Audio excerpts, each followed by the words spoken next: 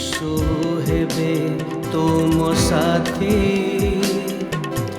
दूर हेब भय भ्रांति से तो जगतर ज्योति अंधकार हेब इति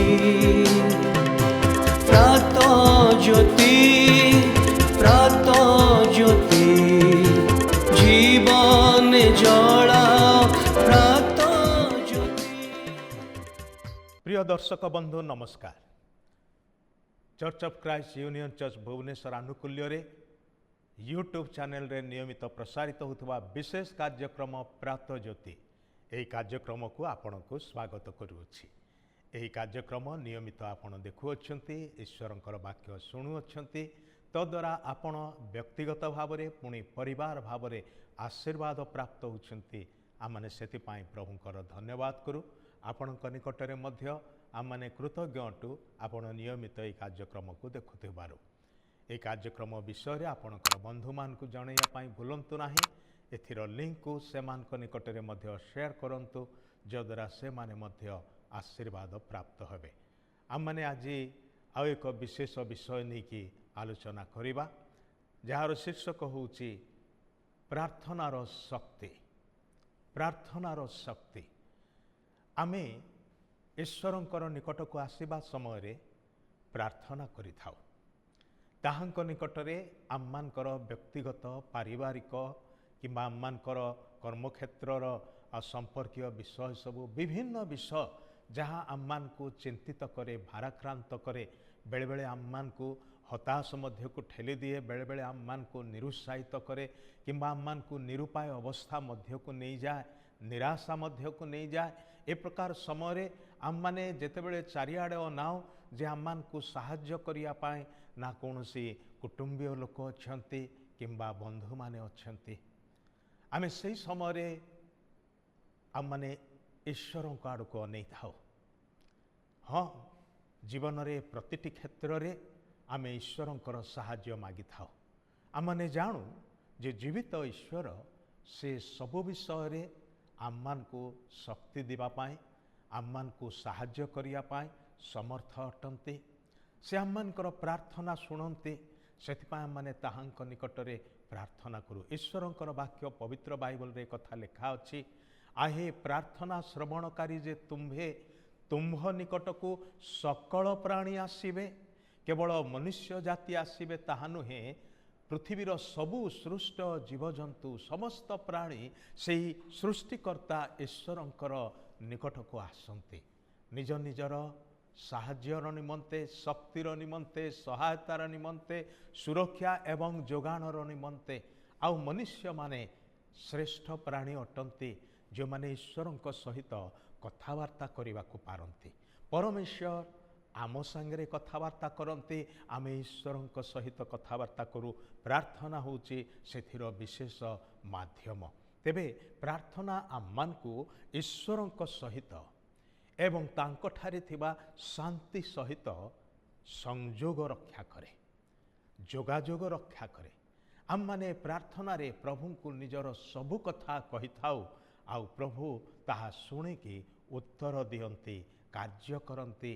भाई भणी माने परमेश्वर आम्मानकर प्रार्थना शुणती ताहांकर दया गुण हेतु किंतु से एहा मध्य इच्छा करंती जे आम्मानकर निवेदन सबु तांक निकटरे आम्माने जणाओ। ईश्वरंकर वाक्य पवित्र बाइबल रे गोटे अंश लेखा अछि मु ताहा आपणक पई पढ़ी सुणैबी। फिलिपिय पुस्तक तार 4 अध्याय 6 पद आउ 7 पद एथिरे लेखा अछि कौनसी विषय रे चिंतित हुओ नाही किंतु समस्त विषय रे प्रार्थना और विनती द्वारा धन्यवाद सह तुम्भमानकर निवेदन सबु ईश्वरंक निकटरे जणाओ।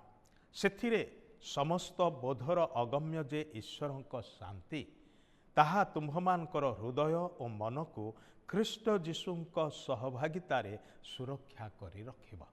एटी गोटे सुंदर कथा कहा जायछि कौनसी विषय रे चिंतित हुओ नाही। अनेक विषय जदिबा आम्मानकर पारिपार्श्विक जगत रे अछि ଅନେକ ବିଷୟ ଆମମାନଙ୍କର ବ୍ୟକ୍ତିଗତ ଏବଂ ପାରିବାରିକ ଜୀବନରେ ଅଛି, ଆମମାନଙ୍କର କର୍ମକ୍ଷେତ୍ରରେ ଅଛି, ଆମମାନଙ୍କର ସମାଜରେ ଅଛି, ଯାହା ଆମମାନଙ୍କୁ ବିବ୍ରତ କରେ, ଆମମାନଙ୍କର ଶାନ୍ତିକୁ ଛିନ୍ନ କରେ, ଆମମାନଙ୍କୁ ଚିନ୍ତିତ ଆଉ ଭାରଗ୍ରସ୍ତ କରେ। ଏପରିକି କୌଣସି ଚିନ୍ତା ବଢ଼ିଗଲେ ବିଷାଦଗ୍ରସ୍ତ ହେଇଯାଉ ଆମମାନେ। ଅନେକ ବିଷୟ ଆମମାନଙ୍କୁ ଚିନ୍ତିତ କରେ, କିନ୍ତୁ ଏଠାରେ ପ୍ରଭୁ କହୁଛନ୍ତି କୌଣସି ବିଷୟରେ ଚିନ୍ତିତ ହୁଅ ନାହିଁ। ଚିନ୍ତା ଖାଏ ଗଣ୍ଡି ବୋଲିକି ଲୋକମାନେ କହନ୍ତି। ଭାଇ ଭଉଣୀମାନେ, ଚିନ୍ତା ଆମମାନଙ୍କୁ କୌଣସି ଭାବରେ ଉପକାର କରେ ନାହିଁ। ପ୍ରଭୁ ଯୀଶୁ ଆଉ ଗୋଟେ ଜାଗାରେ କହିଲେ, ତୁମମାନେ ଚିନ୍ତା କରିକି ତୁମର ମସ୍ତକର କେଶକୁ ଧଳା କିମ୍ବା କଳା କରିପାରିବ ନାହିଁ। ତେବେ ଚିନ୍ତା ଯାହା ଆମମାନଙ୍କୁ ସାହାଯ୍ୟ କରେ ନାହିଁ, ଉପକାର କରେ ନାହିଁ, ତାହା ନ କରିବା ପାଇଁ ଆମମାନଙ୍କୁ କୁହାଯାଇଛି। କୌଣସି ବିଷୟ ଯଦି ବିବ୍ରତ କରୁଛି, କୌଣସି ବିଷୟ ଯଦି ଆପଣଙ୍କୁ ଚିନ୍ତା ଆଡ଼କୁ ନେଇଯାଉଛି, ତେବେ ସେହି ସବୁ ଧନ୍ୟବାଦର ସହିତ ଈଶ୍ୱରଙ୍କୁ ଜଣାଇବା ପାଇଁ କୁହାଯାଇଛି। କାରଣ ଈଶ୍ୱର ଆମମାନଙ୍କର ଚିନ୍ତାର ଭାର ନେବା ପାଇଁ ପ୍ରସ୍ତୁତ ଅଟନ୍ତି। ସେ କହିଛନ୍ତି, ତୁମ୍ଭମାନଙ୍କ ସମସ୍ତ ଚିନ୍ତାର ଭାର ଆମ୍ଭ ଉପରେ ପକାଅ, କାରଣ ଆମ୍ଭେ ତୁମ୍ଭ ନିମନ୍ତେ ଚିନ୍ତା କରୁ। ଆମମାନଙ୍କର ପରମେଶ୍ୱର ଆମମାନଙ୍କର ସମସ୍ତ ବିବ୍ରତକାରୀ ବିଷୟ ସବୁ, ବିଚଳିତକାରୀ, ଅସ୍ଥିରକାରୀ, ଅଶାନ୍ତକାରୀ ବିଷୟ ସବୁ ସେ ନିଜେ ନେଇଯିବା ପାଇଁ ଚାହାନ୍ତି।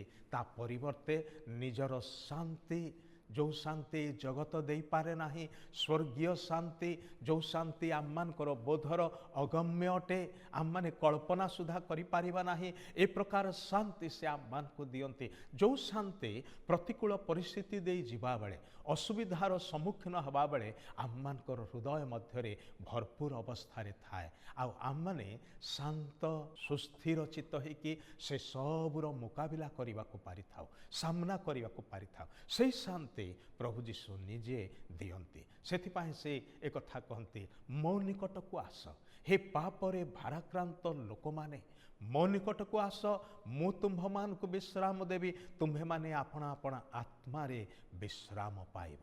ଯେଉଁ ଭିତରର ଜୀବନ ବିଚଳିତ ହୁଏ, ତାହା ଶାନ୍ତ ହେଇଯିବ।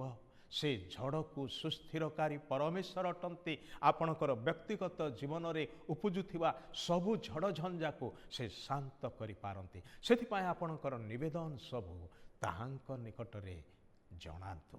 ଆଉ କେମିତି ଜଣାଇବା ପାଇଁ କୁହାଯାଇଛି? ଧନ୍ୟବାଦର ସହିତ। କାରଣ କ'ଣ? ଆମମାନେ ତାହାଙ୍କୁ ଯାହା ଜଣାଉ ତାହା ସେ ଶୁଣନ୍ତି ଏବଂ କାର୍ଯ୍ୟ କରନ୍ତି, ଉତ୍ତର ଦିଅନ୍ତି। ସେଥିପାଇଁ ତାହାଙ୍କୁ ଧନ୍ୟବାଦ ଦେବା। ଆମେ ତାଙ୍କଠାରୁ ଯେଉଁ ସବୁ ଉପକାର ପାଉଛୁ, ଆଶୀର୍ବାଦ ପାଉଛୁ, ମଙ୍ଗଳଦାନ ସବୁ ପାଉଛୁ, ସେ ସବୁ ପାଇଁ ଆମମାନେ ଈଶ୍ୱରଙ୍କୁ ଧନ୍ୟବାଦ ଦେବା।